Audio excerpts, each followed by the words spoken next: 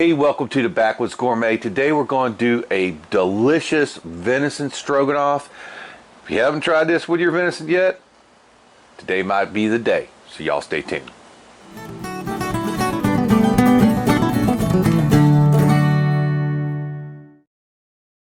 Yeah, so, around here at the Backwoods Gourmet, my brother's the big deer hunter.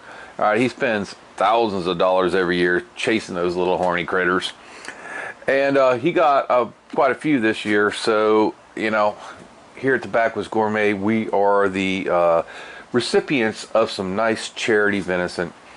I don't have the patience to chase those guys anymore, but, sometimes we get so much, it sits around in your freezer, you're like, man, you're looking at it in the freezer going, hey, this is called freezer burn if I don't do something with it.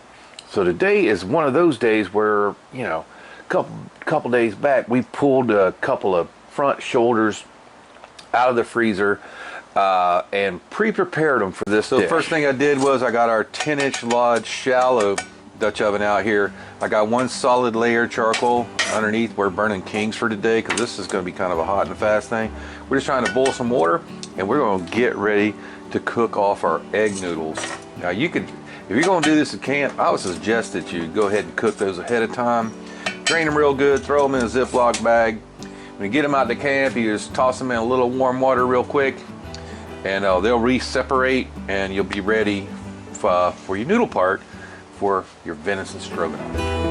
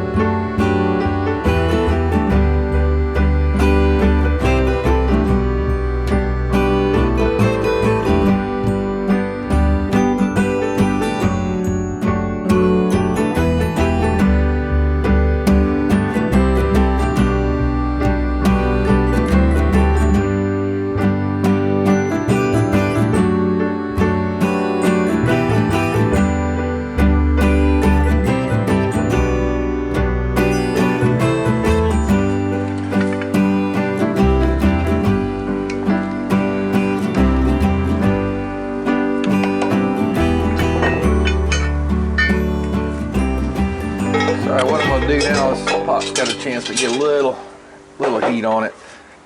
I'm bringing over my venison. Now what I did was this, I cooked this and braised it in that 10-inch Dutch oven yesterday. Okay, and I had the broth in there. You still see there's a little bit of that broth in the bottom. Definitely want to bring that out, some of that out of there. Alright, that's the goodie. Now I know a lot of you guys have got some deer meat sitting in your refrigerator or your freezer right now like I did, and you go, man, I need to really do something with that before it freezer burns. And even in a vacuum pack, it only lasts so long. So we're going to start out real gentle with this and just warming it up right now. And we don't really need to put broth in it because I cooked that in broth and onions and and I'm not going to bore you with the process of braising venison or beef right now, but what I'm going to do is I'm going to leave you an end screen at the end of the video back to our playlist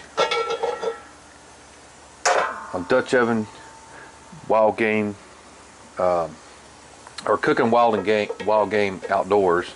And that's going to show you that process. So y'all go check that video out if you want to learn how to do that process in more detail. But basically we just brown the beef off with good bottom heat first with a little bit of oil, and then we put a broth to it, a little onions, maybe a little garlic, and we load it up to 350 depending on the size of your Dutch oven.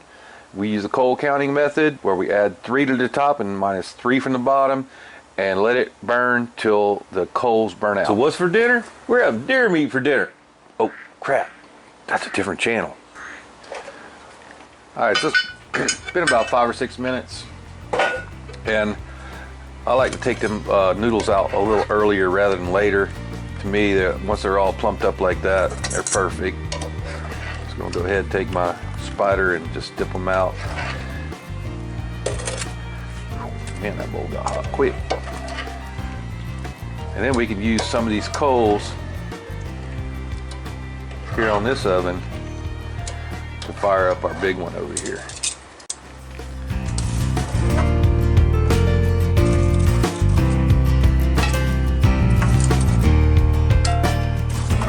Alright, so that's had a little chance to get going, and I really hate how these little tabs that this thing has hang up under that lid, you know. I just about dumped the coals off the daggum top because these little tabs hung on that lid. So that's now starting to get warmed up a little bit, and that's got plenty of oil in it already. You might want to put a little splash in yours if you think it don't have enough oil. That's about a half a cup of diced onions and about a good cup of mushrooms. If you don't like mushrooms, leave them out. All right, just leave them out. So we're just gonna nestle them in there right now. See if we can get this lid back on here without these tabs interfering with the. And I really hate the way it doesn't balance on a standard lid lifter like a Lodge does, because the center of gravity is closer into the middle, so it doesn't have as much force on the edges. That's been one of my biggest pet peeves with it since I've had it. So the amount of we thawed out a big. My brother puts up big chunks of venison, and it was like 2 front shoulders. I think they're deboned. It was quite a bit of meat. So what you do is, if you're worried about it getting freezer burn, go ahead and bring it out, cook it up, do this braise just like we showed you here, and I'm gonna leave that end screen. Do that braise on it. Once it's cooked, use what you need, and then the rest of it you can vacuum pack. Now that it's cooked, it's got some of that beautiful broth in there with it.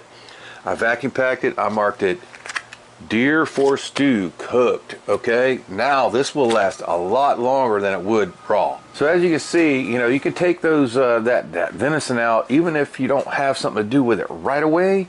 You just go ahead and bring it out, cook it, braise it, get it nice and tender, put it back in a vacuum pack, then you can throw it back in the freezer. Gonna last a whole heck of a lot longer that way, and the next time you get ready to cook something with it, it's gonna take you way less time, just like today. All right, folks, well, it just happened to me. I was taking the lid loose there just to put a little extra, the leftovers from the other bowl that we just vacuum packed.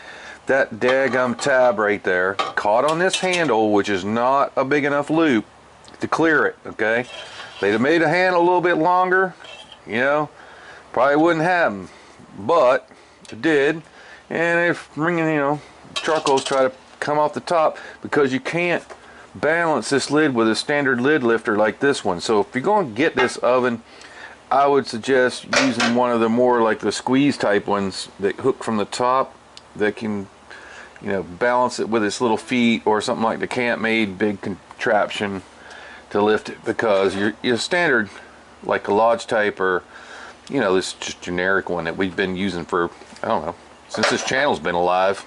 That's 9 years. Oh, actually I've had that one probably much longer than that. Yeah, and those tabs, don't know.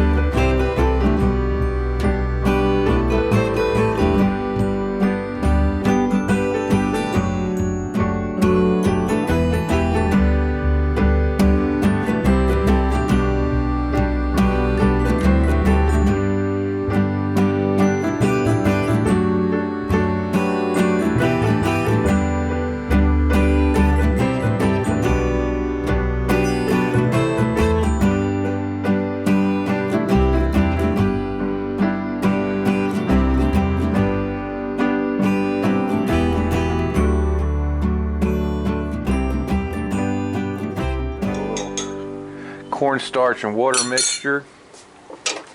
I like to use cornstarch. You can use flour. That's more of a kind of a traditional. It's hard to get flour to dissolve completely into your water. So we want to go ahead and start putting that in there gently while we stir it. And that's going to start thickening up.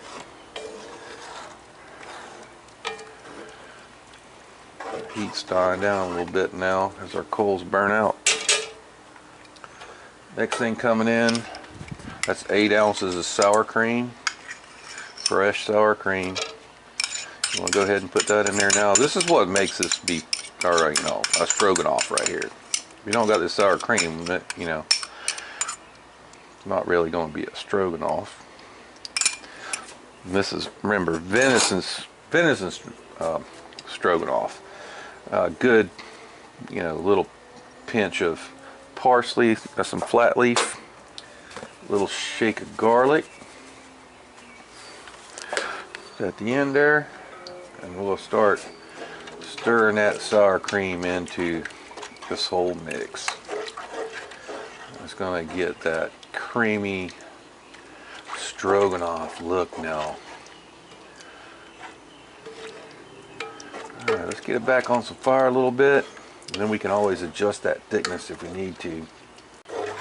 Just need to get that heat up now. We just put all those cold ingredients in there.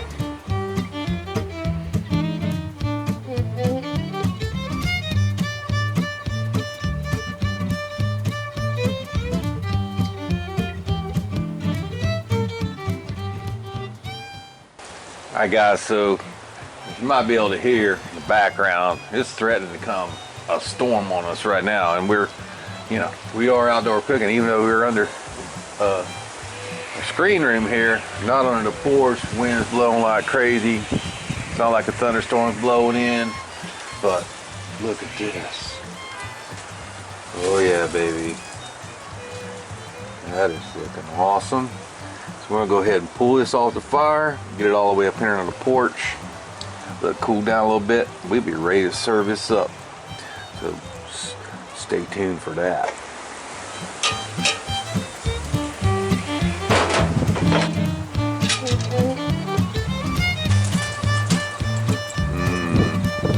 Yummy looking for sure.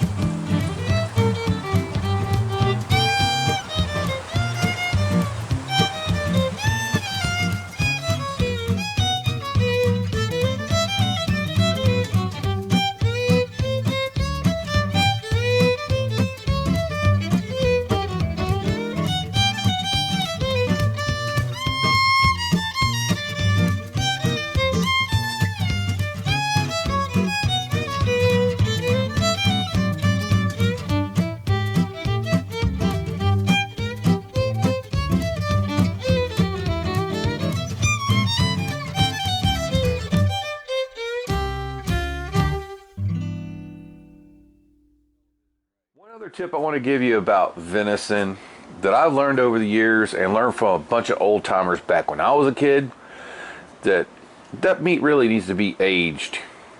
You know, there's a lot of schools of thought on it. You can look it up on Google, whatever. But you know, every piece of beef that you get in the grocery store has been aged at least 21 days when you get it. And the more it's aged, especially dry aged, the better it gets. So venison is no different than beef. It's a good red meat, and it's much leaner than beef.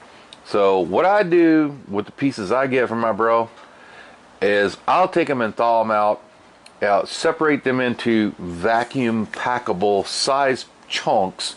I'll vacuum pack those things. That vacuum seal keeps any bacteria from getting on them. Throw them in the fridge. I usually go 2 to 3 weeks, somewhere around there. Then I bring them out. Hey, if your family doesn't like venison, but you love to hunt, try aging that before you cook it, and I guarantee you, they're going to change their mind. Alright guys, so I waited till the last minute here, give it a little taste test. Now we're going to go ahead and serve it up. It did need a little more seasoning, so I went ahead and seasoned it with a little Seminole swamp season.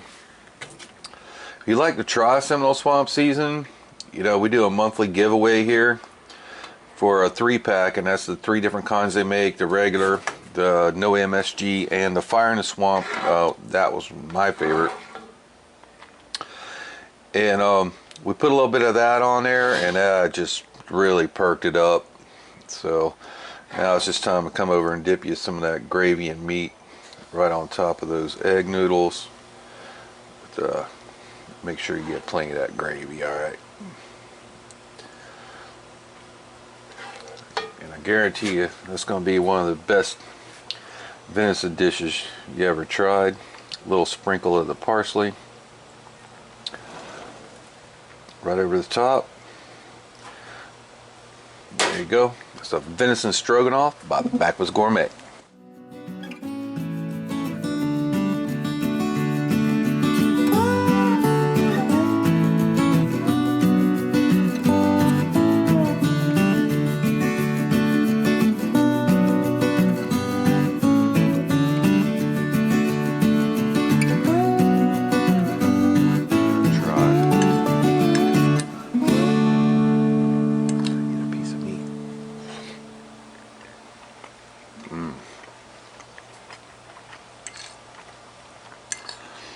That is fork tender and delicious. For me, I use a little more seasoning, but you know, everybody has different taste.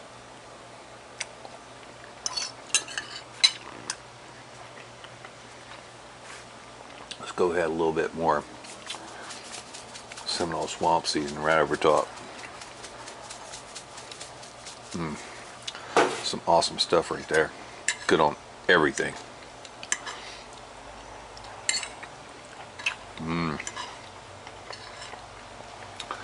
I might just eat this whole plate right here in front of you.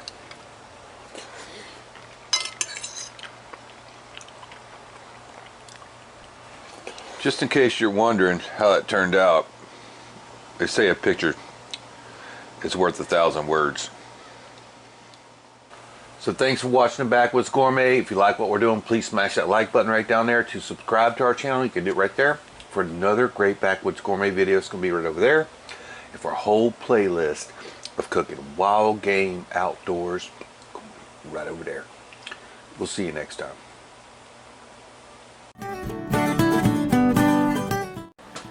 So what are we having for dinner? We're having deer meat for dinner, baby. Oh, that's a different channel.